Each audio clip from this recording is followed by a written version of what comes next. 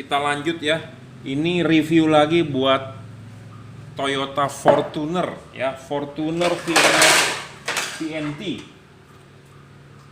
Kita ambilin dulu proyektornya ya. Jadi kita review sekalian supaya buat Anda paham ya. Selalu saya ulang-ulang ya. Jadi bukannya diulang, tapi ini supaya paham. Ya, sekalian kita mereview juga untuk Toyota Fortuner. Fortuner VNT kan menggunakan proyektor ya. Level wattnya dia memang cuman di 30 watt 3100 lux ya. Di luaran banyak memang bohlam yang wattnya lebih gede, saya akui banyak, yang lebih terang juga banyak. Tapi faktor terang ya, paling terang bukan menentukan. Bohlam tidak terang, jadi maksudnya wattnya lebih kecil, tapi mempunyai faktor bagus yang lain lebih menutupi. Intinya seperti itu. Gitu ya. Jadi bukan hanya satu faktor saja watt dan lux, tapi ada faktor lain. Contohnya misalnya kalau storing juga buat apa? Susah kan buat dengar radio. Ya, nggak bisa disetting juga percuma. Ya, jadi intinya adalah bohlam ini ya buat proyektor ya tipe sorotan samping ya. Jangan lupa pemasangan ya. Kenapa ini masang lebih mudah, simple ya? Karena ini bapaknya sudah pernah beli, katanya LED 200 ribuan tidak terang. Nah, ini LED apa lebih bagus dengan dia punya? Ya saya sih bilang mestinya lebih bagus ya.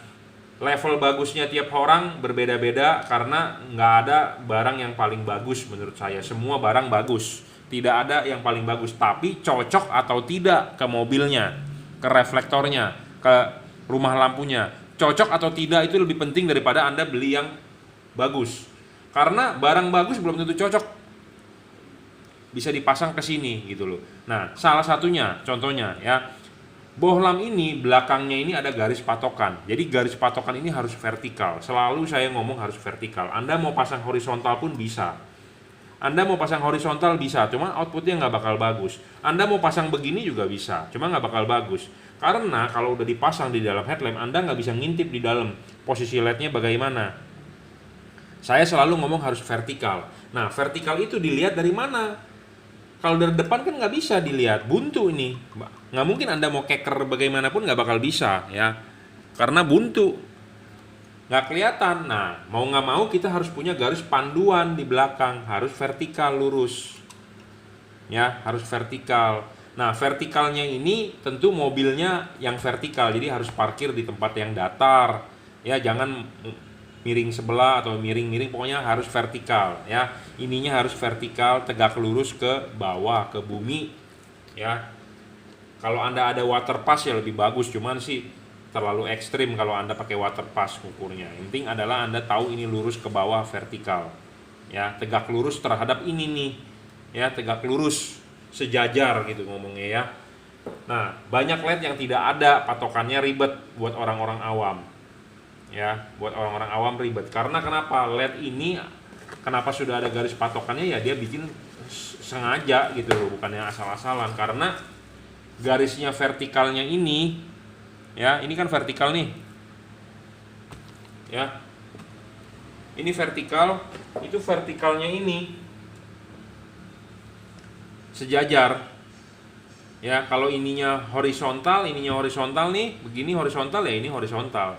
Jadi ini itu sejajar garis ini, ya, dibikin sengaja, bukannya apa mengada-ngada gitu ya, ada tujuannya. Jadi ada tujuannya itu ya untuk ini, karena ini kan di dalam headlamp nggak kelihatan dari depan, ya, makanya Anda harus mengintip dari belakang, harus vertikal, ya. Nah, kita demoin dulu deh, ya. Kalau soal vertikal dan horizontal nih, buat Anda kalau yang mau masang horizontal ya terserah Anda. Cuma saya sih rekomendasi vertikal ya. Karena penting sekali LED ini harus vertikal ya, seperti itu. Dan LED ini masih bagus juga, bisa ditarik mundur. Kita tarik mundur. Nah, Anda lihat. Ya. Anda tarik mundur, dianya melebar ya, tapi memang melebarnya di layar nggak terlalu gede, tapi kalau di mobil bisa kelihatan lebih gede. Nah, soal tarik mundur ini Anda praktek sendiri deh, coba sendiri. Saya cuma mendeskripsikan bagaimana caranya tarik mundur maju, ya Anda nanti praktek sendiri di mobil. Karena Anda yang tahu, Anda yang pakai mobilnya, Anda yang pengennya bagaimana gitu ya. Tuh. Nah, ini kalau diputar-putar bisa bergerak. Nah, yang bergeraknya ini kita mau dia bikin ininya lebih gede, ya ininya tarik mundur. Nah, ya seperti itu. Ya, memang karakternya proyektor adalah begini, dia melebar ya, ada garis cut off. Cut off-nya ini keluar, Bro. Ini cut off nih. Ya, cut off. Ya, ini garis cut off. Pakai proyektor memang spread melebar. Jadi spread itu jadi ya begini, melebar gitu ya. Ada cut off-nya dan dia merata. Ya, kalau mau tebel sebenarnya bukan pakai proyektor, ya. Tapi nggak ada cara lain untuk VNT turbo ya. Kalau mau ya beli LED ini, sudah pasti lebih terang kalau dibandingkan halogen standar ya.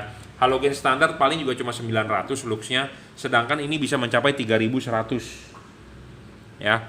Nah, pertanyaannya lagi kalau VS HID 1800 lux ya, HID 1800 lux, sedangkan ini bisa mencapai 3100 lux, jadi terangan ini. Nah, memang ini udah terang, tapi ada faktor lain yang penting, adalah harus bisa adjustable. Adjustable tadi itu adalah ya ini bisa diputar, tadi saya udah bilang ya. Ini bisa diputar 360 derajat. Anda bisa pasang ininya begini, Anda bisa tarik ini putar begini. Bisa 360 derajat. Maju dan mundur. Ini penting, Bro, maju mundur ya, saya udah ngomong. Ya. Bisa agak dorong maju, bisa ditarik mundur. Oh, takut lepas, Bro. Nggak perlu takut, memang dia didesain bisa buat adjustable. Ya. Penting, Bro, kalau buat proyektor itu harus bisa adjustable. Kalau nggak adjustable, fix fokus, merugikan Anda intinya. Anda sebagai pemakai LED merugikan Anda. Itu ya. Jadi adjustable penting, syarat ketiga tuh. Syarat keempat, serviceable terpenuhi. Bayangan gelap ya, bayangan gelap di proyektor ini penting karena dia tipe sorotan samping. Ya, tipe sorotan samping. Jadi bagian yang paling penting itu untuk reflektor itu bagian paling atas nih. Mangkok ini paling penting bagian atas. Sedangkan LED tadi dipasang vertikal. Kalau dipasang vertikal artinya LED-nya kan begini masuknya, ya. Nah, jadi bayangan gelap itu harus kecil. Jadi sinar yang ke atas ini tidak boleh gelap, ya. Kalau yang ke bawah nggak penting karena saya udah arsir ini. Atas ini penting, ya. Reflektor bagian atas ini bagian paling penting nih, yang saya arsir ini nih. Karena ini kalau rusak itu bagian atas kalau meleleh, overheat, ya. Seperti Anda pakai HID misalnya meleleh, itu bagian atas. Nah, bagian atas itu paling penting. Karena untuk sebagai pemantul cahaya supaya output padatnya di tengah, ya. Kalau kromannya sudah rusak, proyektor Anda tentu nggak bakal bisa padat di tengah, bolong biasanya.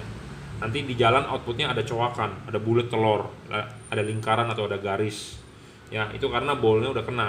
Nah, makanya soal bayangan gelap juga penting gitu ya. Jadi bukan cuma satu faktor kita ngomong wattnya harus gede doang. Banyak orang bilang, Pak, saya mau bolam yang paling gede wattnya, yang paling bagus. Ya, sebenarnya ada faktor lain. Nah, soal bayangan gelap, kita lihat bayangan gelap ya. Bayangan gelap ini kecil, Bro, bahkan tidak ada tuh, ya. Nah, bayangan gelapnya nggak ada, kecil dan tidak gelap. Itu yang bagus, syarat bolam bagusnya ya. Jadi bayangan gelap kecil dan tidak terlalu besar itu penting, ya. Soal pendinginan juga penting karena Fortuner VNT ya, sebelah kiri akan lebih sering terkena panas dibandingkan sebelah kanan. Karena sebelah kanan ada tabung reservoir radiator, sebelah kiri tidak ada. Jadi kipasnya itu akan lebih memanasin LED sebelah kiri. LED sebelah kiri kalau dia ngedrop, kenapa dia ngedrop gara-gara panas, akan lebih redup sebelah kiri dibandingkan sebelah kanan. Kalau bisa bikinkan sekat, ya. Sekat sama seperti botol radiator itu. Tujuannya supaya kenapa? Supaya sebelah kiri tidak menerima panas berlebih dibandingkan sebelah kanan. Sebelah kanan akan lebih dingin dari sebelah kiri. Kenapa saya bisa ngomong begini? Saya sendiri sudah mencoba pakai thermal cam, ya. Kemarin ada Fortuner pasang ke sini, saya pakai thermal cam. Bener, dinyalakan 5 menit, LED sebelah kiri lebih panas 7 derajat dibandingkan LED sebelah kanan. Gitu ya. Karena ya, ini LED headlampnya Fortuner itu yang VNT, si LED-nya itu kan proyektornya posisi dekat. Di sini mesin, di sini kipas radiator, Bro. ya. Nah, kipas radiator, nah di sebelah sini ada tabung reservoir radiator. Jadi kipas ini muter akan terhalang ke ini tabung itu. Sedangkan kalau yang sebelah kiri ya, yang sebelah kiri tidak ada penghalang, jadi ini akan lebih terkena panas. Kalau bisa bikinkan sekat ya, nggak bikin juga nggak apa-apa, tapi saya sarankan bikinkan sekat karena LED ini tidak ngedrop. Tapi kalau buat Anda yang bukan pakai LED ini, LED yang gampang ngedrop gara-gara panas, yang pasti LED itu akan meredup sebelah dibandingin sebelahnya. Sebelahnya akan lebih terang, sebelahnya akan lebih redup. Ya, kalau LED itu ngedrop, tapi LED ini tidak ngedrop saya jamin, jadi tidak perlu khawatir. Ya, tidak storing juga terhadap radio mobil Anda. Soal pendinginan, kipasnya lumayan kenceng, ini ada heatsinknya ya. Cukuplah, istilahnya so far so good ya. Pemasangan juga tinggal colok ya, colok begini atau colok begini. Nggak usah komplain dulu, Pak, LED yang saya beli kok di Bapak jelek amat nggak nyala. Atau langsung komplain di gara-gara Anda belinya di Tokopedia atau Anda belinya di Bukalapak, langsung dia komplain pengembalian barang katanya. Padahal gara-gara salah pemasangan sendiri atau tidak mengikuti panduan ya, dia langsung komplain ya. Padahal LED-nya nyala ya, nyala, tinggal colok dia terbalik tidak nyala. Jadi intinya ingat ya, kalau colok begini nggak nyala ya dibalik bro, seperti itu. Barang sebelum dikirim sudah kita cek ya, tidak mungkin rusak, tidak mungkin tidak nyala kecuali salah colok. Intinya itu aja ya. Oke, ini reviewnya untuk Fortuner VNT ya. Jadi saya ulang, syarat bolam bagus 1 watt dan luxnya harus gede. Levelnya dia memang cuma di 30 watt, 3100 lux, lebih terang 3 kali dari halogen ya. Kedua, stabil, iya stabil saya jamin. Ketiga, adjustable, tadi saya sudah buktikan soal adjustable-nya bisa diputar maju mundur. Keempat, serviceable, iya terpenuhi chipnya ya. Kelima, bayangan gelap kecil, iya terpenuhi, bayangan gelapnya kecil, sama sekali tidak ada bayangan gelap dan tidak gelap. Keenam, tidak storing, saya jamin tidak storing. Ketujuh, soal pendinginan so far so good ya. Memang ciri khas pakai proyektor adalah dia lebar output tipis. Makanya kenapa mobil-mobil yang belum menggunakan proyektor, Pak saya mau beli proyektor, saya lebih banyak rekomenkan Anda langsung beli LED dibandingkan Anda pakai proyektor atau Anda beli HID atau Anda beli LED. Kenapa? Karena kalau pakai proyektor itu output tipis ya.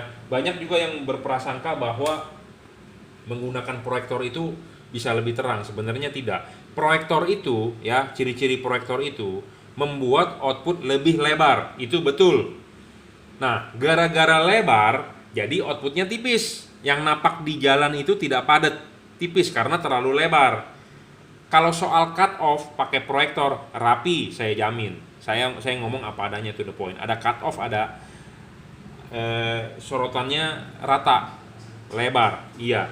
Tapi kalau mau terang, proyektor belum tentu, ya. Anda lebih baik pakai reflektor, pakai lampu LED atau pakai lampu HID lebih tebal. Nah, ada orang bilang gini, wah Pak silau. Iya, betul silau. Kalau Anda beli LED-nya yang nggak bener, nggak dikalibrasi, beli yang abal-abal, fokusnya ngaco. Barang sebelum dikirim nanti kita akan ukur pakai Sigmat. Makanya di sini ada Sigmat ya, selalu saya standby. Kita akan ukur ketinggian ininya berapa. Ya.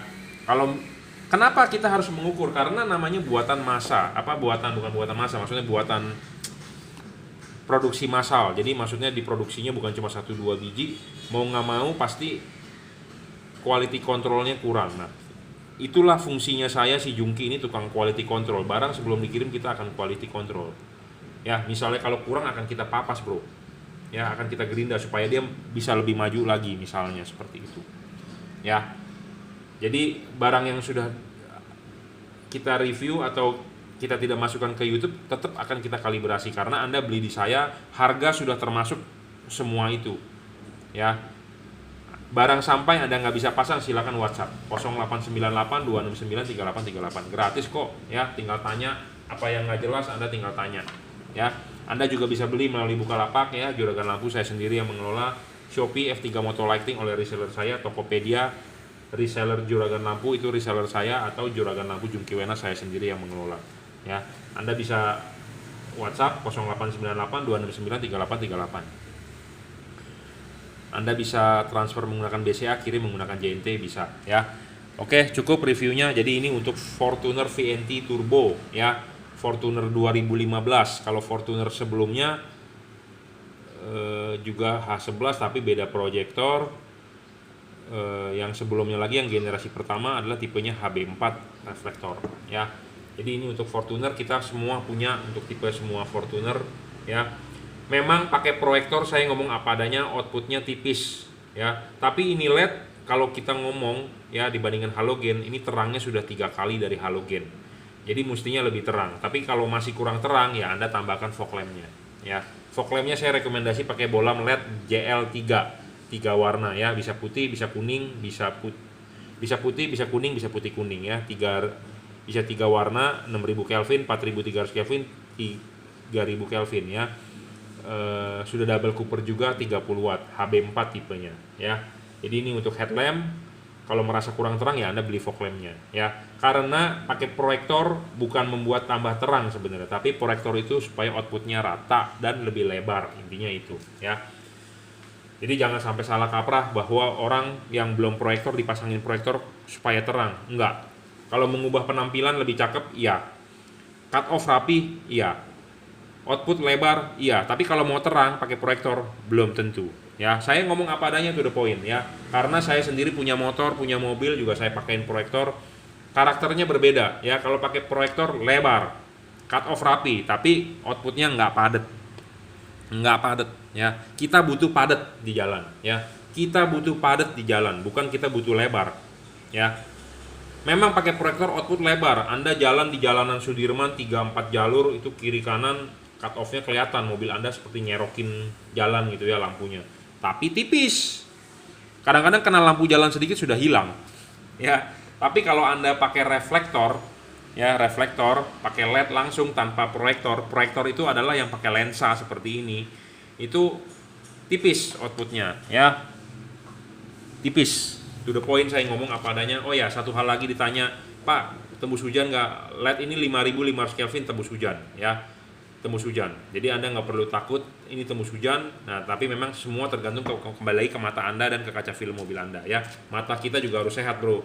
Makanya jangan lupa jaga gula darah ya. Cek kalau memang sudah agak berumur, cek apakah ada katarak atau belum ya. Kalau masih sedikit bisa ditetes obat, itu bisa hilang. Cek tekanan bola mata ya, glukoma atau tidak, karena semua itu merusak saraf mata. Ya, kaca film juga jangan terlalu tebal, 20% lah cukup ya. Jangan sampai 60%, Bro. Ya. Dan jangan lupa karet wiper juga harus kalau udah berumur ya diganti ya, supaya nyikatnya bersih ya. Jamur kaca juga penting. Sering-sering bersihin ya. Sebenarnya bukan jamur kaca, itu adalah hasil oksidasi pembakaran ya, dari sulfur, dari polusi udara lah intinya yang nempel di kaca. Makanya kalau ada air dia tidak mau turun, dia nempel, dia lengket, glare ya, jadi menyebabkan Anda nggak kelihatan jalan malam. Oke, cukup untuk VNT turbo ya, H11 30 watt 5500 Kelvin 3100 lux maksimum. Oke, terima kasih.